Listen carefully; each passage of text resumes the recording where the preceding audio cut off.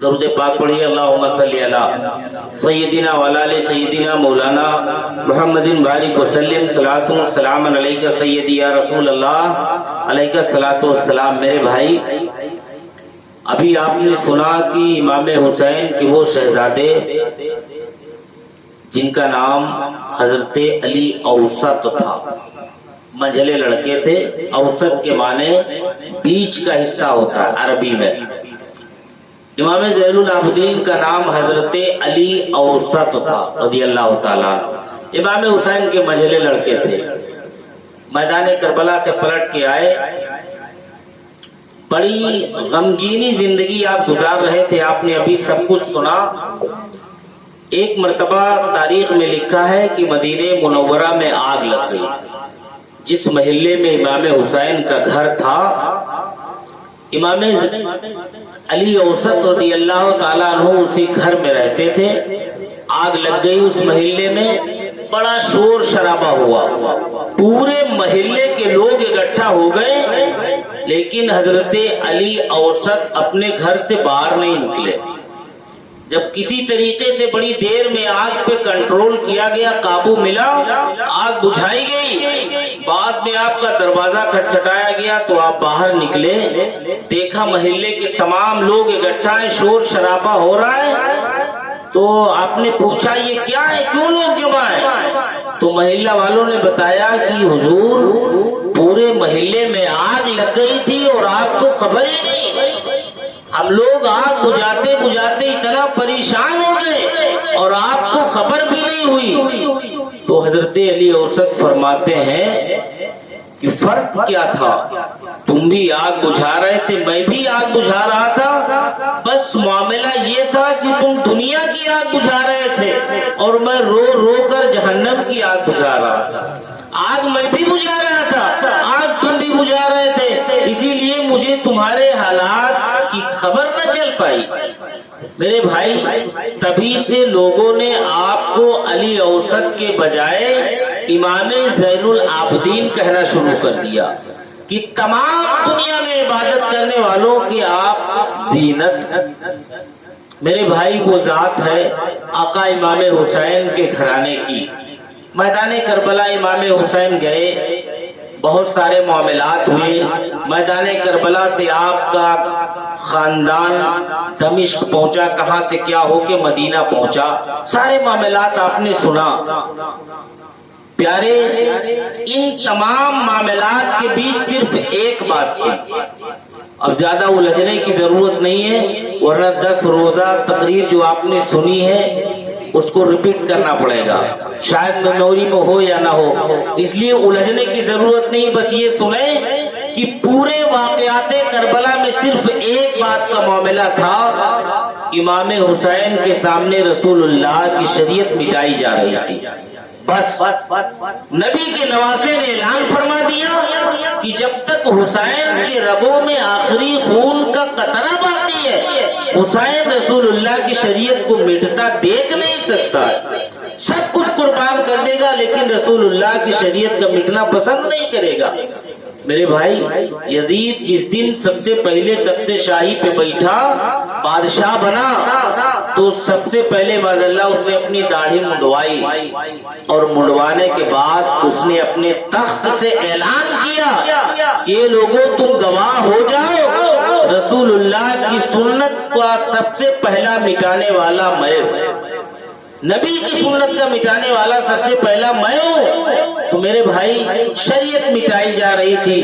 امام حسین رضی اللہ تعالیٰ عنہ نے اعلان فرمایا کہ جب تک نبی کا نواسا دنیا میں زندہ ہے، شریعت نہیں مٹے گی، شریعت کا مٹنا حسین کے لیے گوارا نہیں ہے۔ میرے بھائی، آج امام حسین نے اتنی بڑی قربانی دے کر ہم اور آپ کو ایک سبق دیا، ایک سلیقہ دیا، زندگی جینے کا ڈھنگ بتایا۔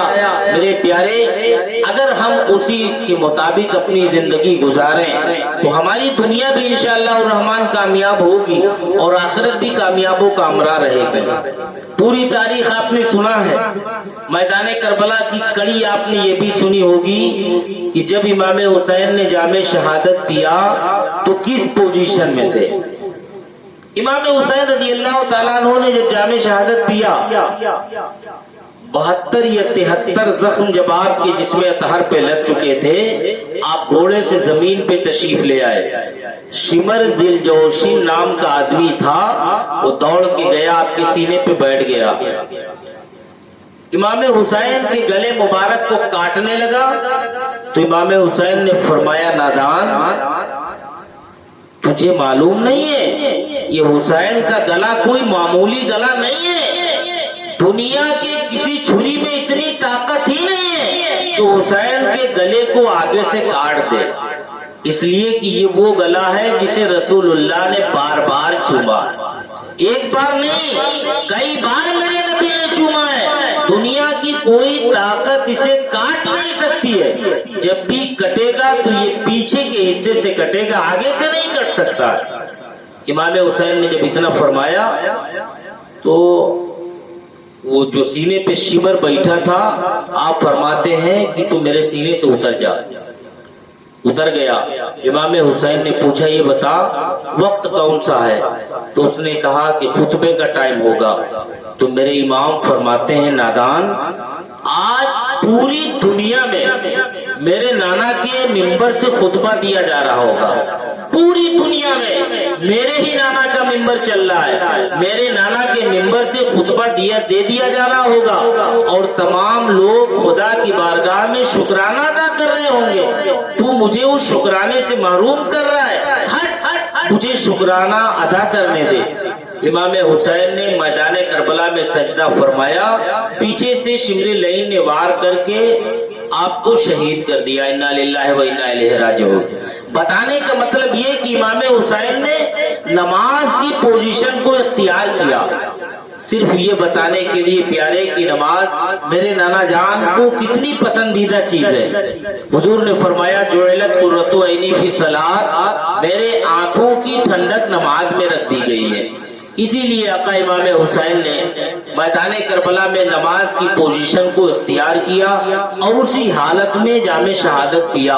میرے بھائی، یہ ہم اور آپ کو سبق دیا ہے کہ یہ میرے رسول کا لایا ہوا، میرے نانا کا لایا ہوا بڑا عظیم تحفہ اور نعمت۔ ہم کو آپ کو چاہیے کہ کوشش یہ کریں میرے بھائی کہ ہم پر وہ عبادت فرض بھی ہے جس عبادت کی حفاظت امام حسین میدان کربلا میں کر گئے۔ آج لوگ بڑے ہلکے میں لے رہے ہیں، اسلام کے معمولات کو بڑے ہلکے میں لوگ لے رہے ہیں، بڑی آسانی سے اسلام ملا ہے اس لیے اس کی قدر نہیں کی جاتی ہے۔ پیارے، تاریخ دیکھو، سیدنا فاروق اعظم رضی اللہ تعالیٰ عنہ کا دور تھا جو دوسرے نمبر کے خلیفہ ہیں۔ عمر فاروق اعظم اپنے وقت کے بادشاہ تھے، امیر المومنین تھے۔ ایک بڑھیا آپ کے علاقے میں رہتی تھی جو تیل کا دھندا کیا کرتی تھی۔ ایک دن وہ اپنے برتن میں تیل لے کے سر پہ جا رہی تھی بازار بیچنے، راستے میں ٹھیکر لگا پیر میں اور وہ برتن زمین پہ گر گیا، پورا کا پورا تیل زمین نے نگل لیا۔ اب وہ بڑھیا پریشان کہ میری روزی روٹی کا یہی سامان تھا، اب میں کیا کروں؟ تو دماغ نے کام کیا، فوراً وہ عمر فاروق اعظم کی بارگاہ میں گئی اور اس نے کہا، اے امیر المومنین، میں اپنے سر پہ تیل کا گھڑا لے کے بازار بیچنے جا رہی تھی، راستے میں میرے پیر میں ٹھوکر لگی، وہ برتن گرا، پورا کا پورا تیل زمین نے نگل لیا ہے۔ تو امیر المومنین فرماتے ہیں، تو میں کیا کروں؟ تو اس نے کہا، آپ میرا تیل زمین سے واپس کروا دیجئے، ورنہ خدا کی بارگاہ میں آپ کی شکایت کروں گی۔ اے امیر المومنین، میرے بچوں کے روزی کا کوئی انتظام نہیں ہے، اسی تیل کو بیچ کر میں اپنے گھر کا خرچ چلاتی ہوں، اگر میرے بچوں کو فاقہ کرنا پڑا تو میں آپ کی شکایت خدا کی بارگاہ میں کروں گی۔ جیسے اتنا اس بڑھیا نے کہا تو فاروق اعظم نے کاغذ اٹھایا، ایک تحریر لکھا، اس خط میں لکھا کہ اے زمین، تجھے عمر بن خطاب کا حکم ہے، اس بڑھیا کے تیل کو واپس کر دے ورنہ تیرے اندر میں ایک بے نمازی کو دفن کر دوں گا۔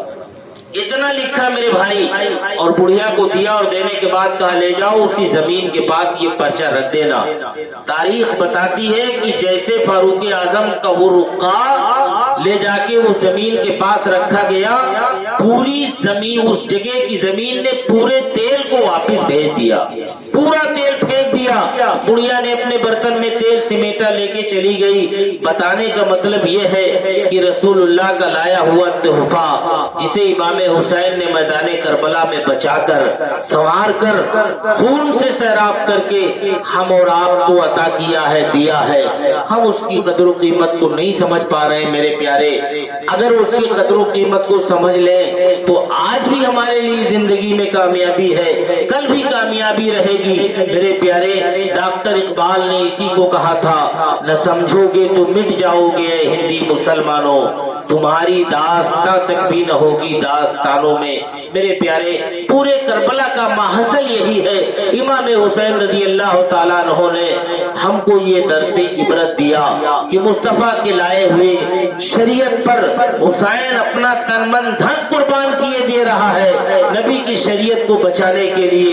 اے میرے نانا جان کے کلمہ پڑھنے والوں، مصطفیٰ کی شریعت کو تم ایسے ہی اپناؤ، ایسے ہی اس پہ عمل کرو جیسے حسین نے کر کے دکھا دیا ہے۔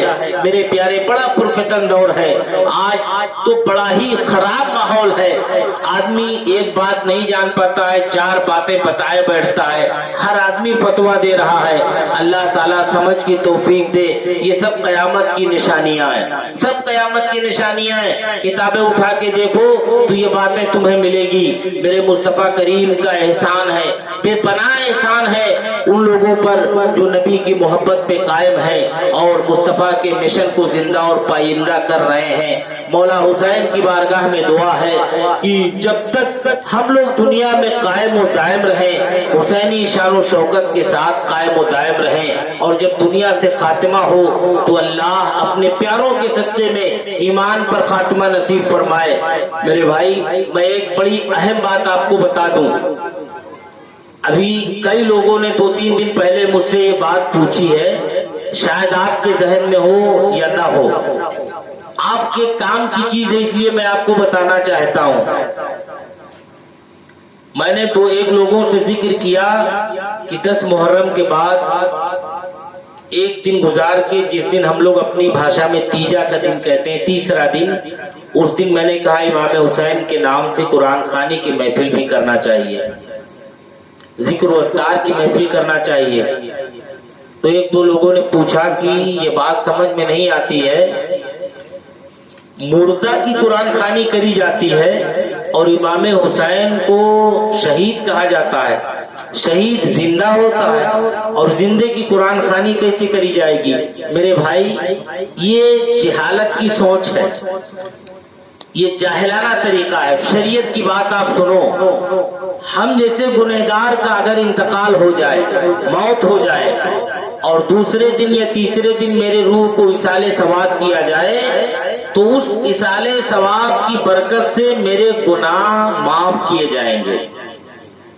قرآن پڑھ کے میری روح کو بخش دیا جائے، کلمہ طیبہ پڑھ کے بخشا جائے، یعنی کوئی بھی اعمال خیر کیا جائے تو اس کے بدلے میں میرے گناہ بخشے جائیں گے۔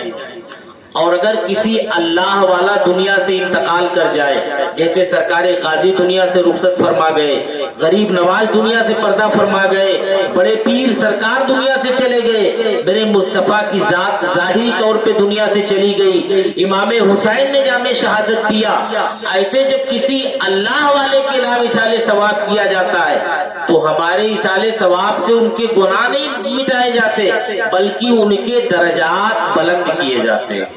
گناہ تو ہے ہی نہیں وہاں پر، گناہ تو ہم جیسے ناکاروں کے نصیب میں ہے، اللہ والوں کے مقدر میں گناہ نہیں ہے، لیکن ان کے نام جو اصال ثواب کیا جاتا ہے اس کے بدلے میں اللہ ان کے درجات کو بلند فرماتا ہے۔ اس لیے بزرگوں کے یہاں قرآن خوانی کی محفلیں کی جاتی ہیں میرے بھائی، اور یہ صرف الحمدللہ سنیوں کا مقدر ہے، باقی اور کسی کے نصیب میں نہیں ہے۔ اللہ تبارک و تعالی ہم تمامی لوگوں کو مصطفیٰ جان رحمت کی شریعت کا سچا پکا پابند بنائے، آقا امام حسین صلی اللہ علیہ وسلم کی محبت میں زندہ رکھے، اور جب دنیا سے خاتمہ ہو تو انہی اہل بیت اطہار کے صدقے میں اللہ ایمان پر خاتمہ نصیب فرمائے۔ السلام علیکم ورحمۃ اللہ وبرکاتہ۔